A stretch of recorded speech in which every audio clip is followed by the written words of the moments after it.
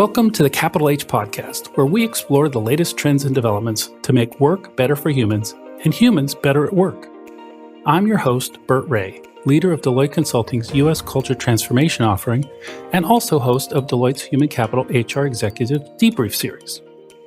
The pandemic provided a glimpse into the incredible opportunities of the future of work. Prior to the disruptive overnight shift to remote work, many organizations were already beginning to reinvent their workplaces and re-architect how and where work gets done to meet the needs of a hybrid workforce.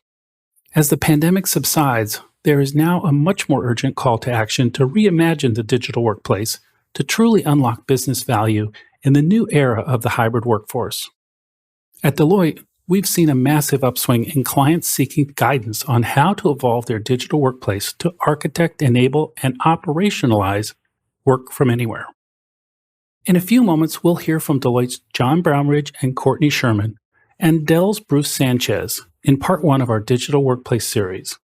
During this conversation, they'll discuss how Deloitte thinks about the digital workplace using a human-centered design approach. Additionally, Bruce will give listeners an external perspective on Dell's digital workplace learning journey and how their business experienced the shift from customer experience design to workforce experience design. Hello and welcome. My name is John Brownridge and I'll be facilitating our Digital Workplace Capital H podcast series. I'm a principal at Deloitte and I lead our digital workplace offering. I've been helping clients transform their businesses for more than 20 years at the intersect of people and technology. I'm the Chief Strategy Officer of Deloitte's HR transformation practice. And in that capacity, I strive to understand and predict what shifts are happening now and what shifts are coming next for our clients so that Deloitte can best advise our clients on the present and help them prepare for what's coming in the future. Today, I'm joined by two guests, Bruce Sanchez, who is the Global Leader of Sales, Learning and Development Technology at Dell. Bruce, welcome and please introduce yourself. Thanks, John. Super to be here today. I have a very interesting job, which I absolutely love. I'm responsible for designing and delivering the entire user experience for our sales learners here at Dell Technologies. That's tens of thousands of direct sellers and literally hundreds of thousands of partners. And it's interesting that my title has the name technology in it because although I am responsible for our technology stack and the reference architecture that drives that, the end result is the experience and the business outcomes that we deliver to our sellers. Great to be on the show with you here today. Great. Thanks, Bruce. We also have Courtney Sherman with us today, my partner in all things digital experience. Courtney, welcome and please introduce yourself. Thanks so much, John. Great to be here. I'm a New York-based managing director and lead our applied design practice. This practice is where we do innovation and human-centered design.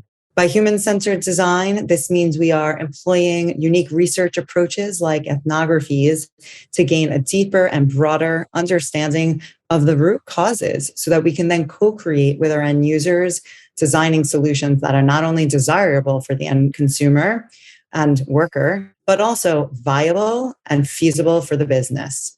This drives both adoption as well as business value, driving those business outcomes. So pleasure to be here with both you and Bruce. Thanks, John. Thank you both for spending time with me today. We're very excited to have each of you joining us. Today on the podcast, we'll be discussing how Deloitte thinks about digital workplace using a human-centered design approach and gaining an external perspective on one company's digital workplace journey. Before we jump in, I'd like to share my perspective on how we're thinking about the digital workplace at Deloitte. We've seen a huge shift in organizations becoming laser focused on digital experience of their workforce through the lens often of the digital workplace. And there's good reason for this because there's been a remarkable set of stats out there that highlight just how unproductive we can be in some organizations. Many organizations are using 7 or more different tools for messaging, communications, and file sharing. Most workers toggle between apps 10 times an hour, resulting in 32 days per year per employee of lost workplace productivity, which is 12% of people's time. Another stat is that 25% of a knowledge worker's time is spent looking for information just to do the job that they have been hired to do. And all this while 40% of the global workforce is really considering leaving their employer. And most organizations are moving towards a hybrid workplace workforce post-pandemic. And that puts more and more pressure on the digital experience to enhance the overall workforce experience. Because when you're remote, your digital experience is your workforce experience. So there's clearly a massive opportunity to increase productivity plus while significantly enhancing their workforce experience through reimagining the digital workplace in the right way. And by productivity plus, I'm referring to a kind of a range of business outcomes that modern digital workplaces enable.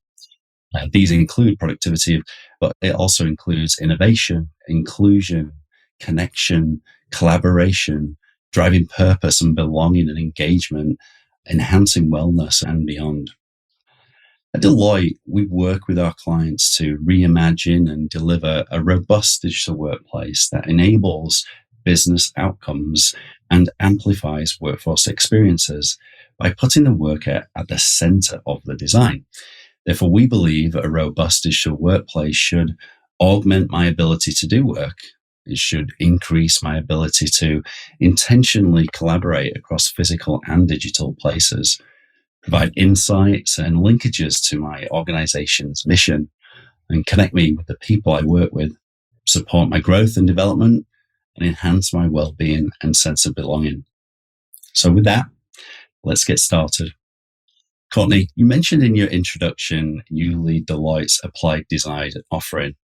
Can you share with listeners a little bit about the pivot from customer experience to workforce experience?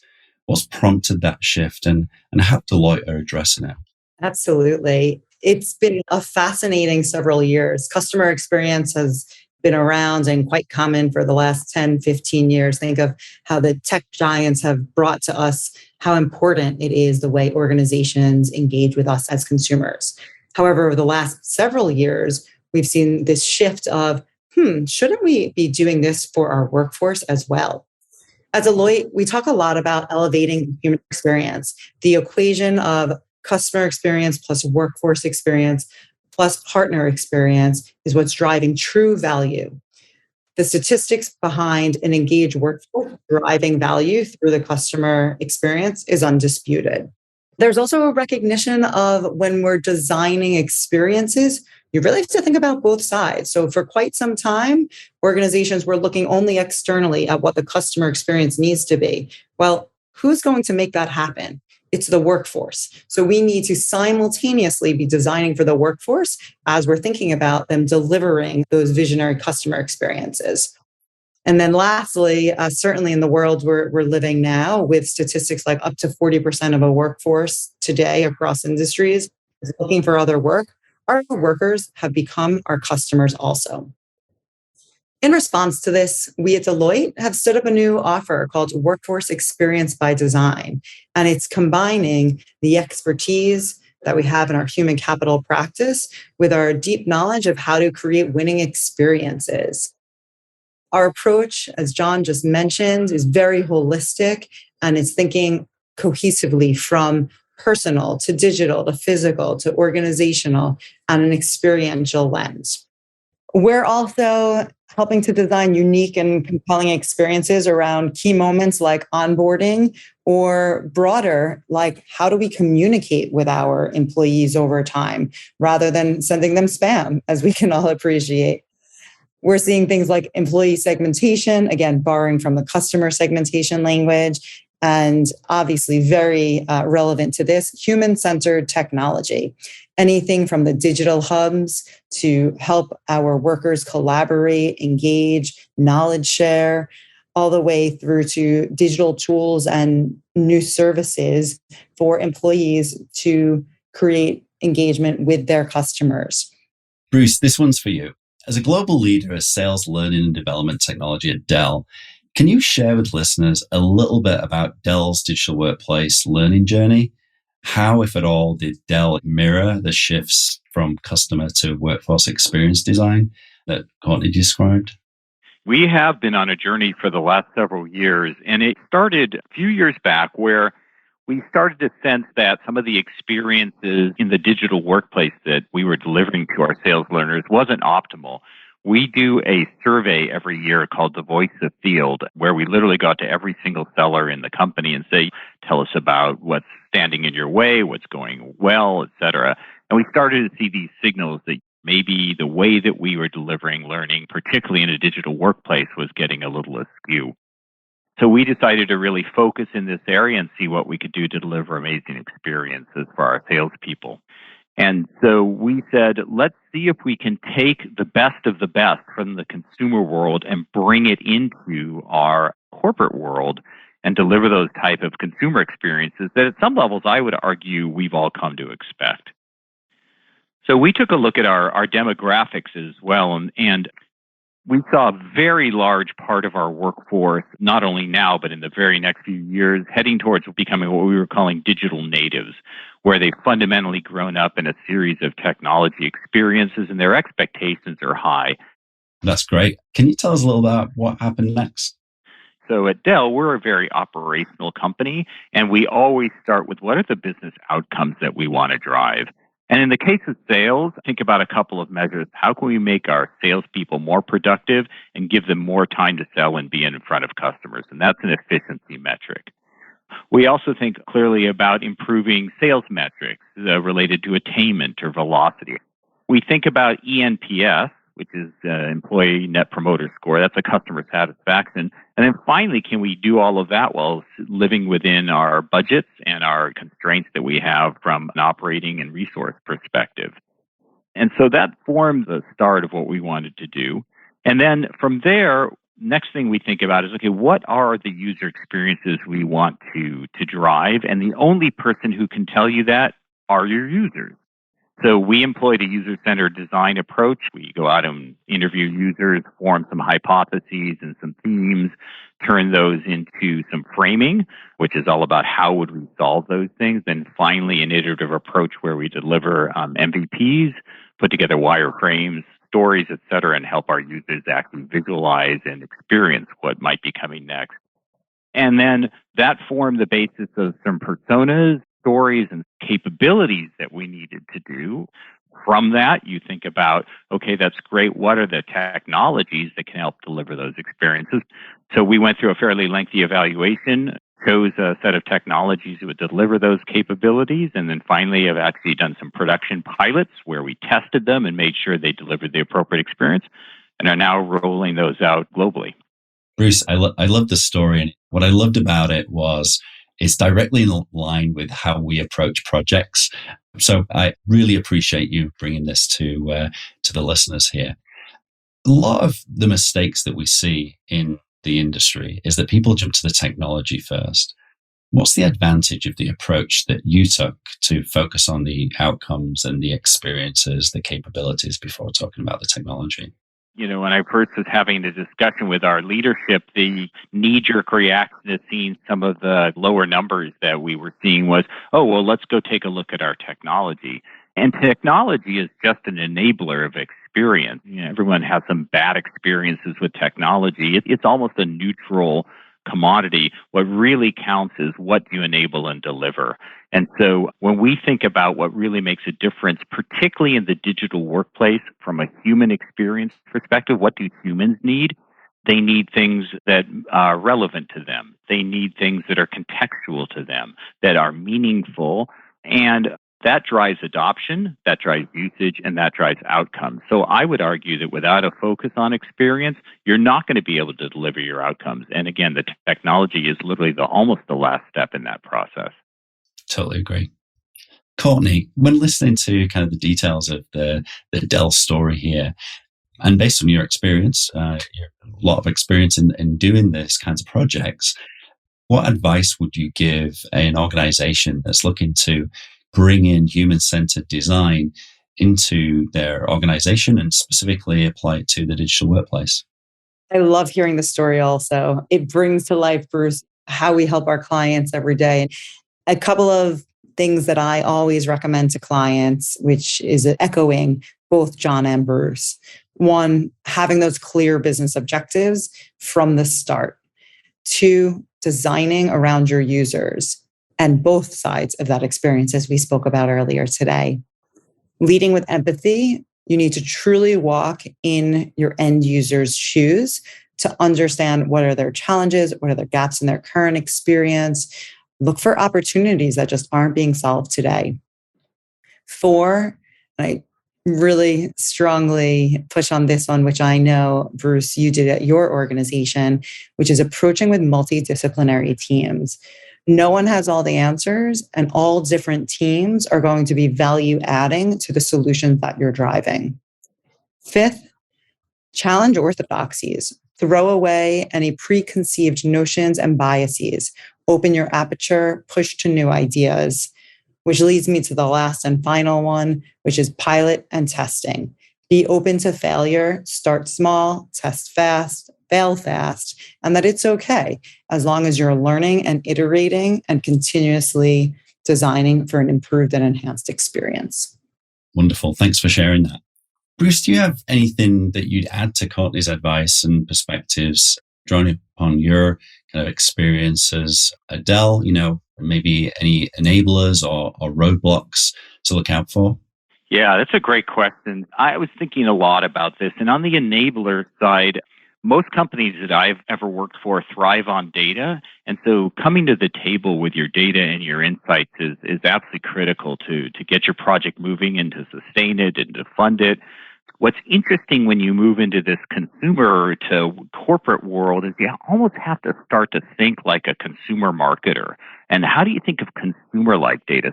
We, for instance, looked at what are our search times and what are our search results and how successful are they? And then we started to think about our learning content as shopping carts. When somebody opens a piece of content, consumes it, it's like they bought something. They put it in their shopping cart, they checked out, and then they used it. And so when I think of some interesting perspectives, first of all, I love Deloitte's website for some of its thought leadership, but we started going to places like Think with Google, where we look at how is Google marketing to consumers and what can we learn about a consumer lens and bringing that back into the company.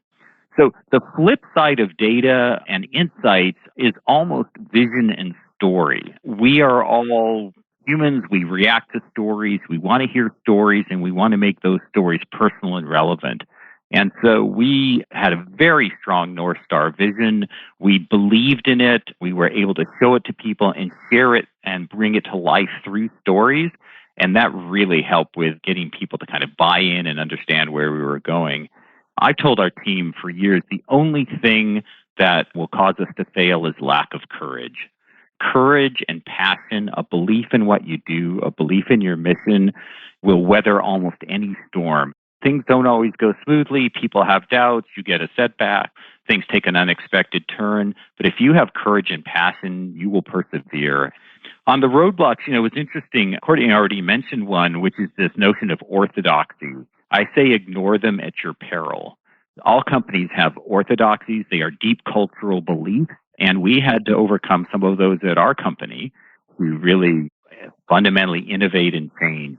And then finally, I think this notion of valuing the employee experience, especially in the digital workplace, especially in the era of remote working, we have to say to ourselves, the traditional ways that we've measured, employee productivity and gains and things are still valuable. But now, ever more importantly, we have to think about there is a value to the employee experience, and improving the employee experience positively influences things like attrition, which the flip side of that is, of course, retention, which is what we all want to see. It improves employee morale and contributes to a whole kind of side, the soft side of human beings that I find equally as valuable as the more quantifiable sides of human beings.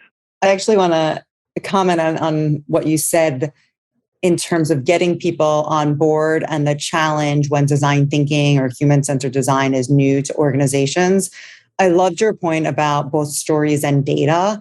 And people react to different things. Audiences get pulled by different things. And by speaking to your leaders in different languages will get them over the line whilst they're going through the journey for the first time and seeing the value and the benefit. So you're taking even a human-centered view or customer-centered view to how you're getting your leaders on board. And I really love that. Thank you both. Truly wonderful insights. These perspectives will be very useful to our listeners as they consider how they're going to chart their own design successes. Thank you again. Thank you. Great. Thank you.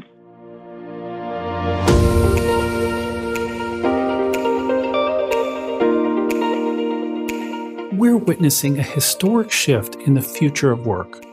Since the onset of the pandemic, many have hailed the digital workplace as a solution to everything from business continuity to workforce engagement to employee retention. Organizations are betting big on virtual and hybrid work as the new ways of working. By redesigning the virtual and hybrid workplace with humans at the center, organizations can improve the worker experience and deliver real business results. A big thanks to John Brownridge, Courtney Sherman, and Bruce Sanchez for speaking with us today. In addition to tuning into our podcast series, you can learn more about the digital workplace in Deloitte's latest report with Gartner titled The Digital Workplace Reimagined. Thanks for listening, and stay tuned for our next episode.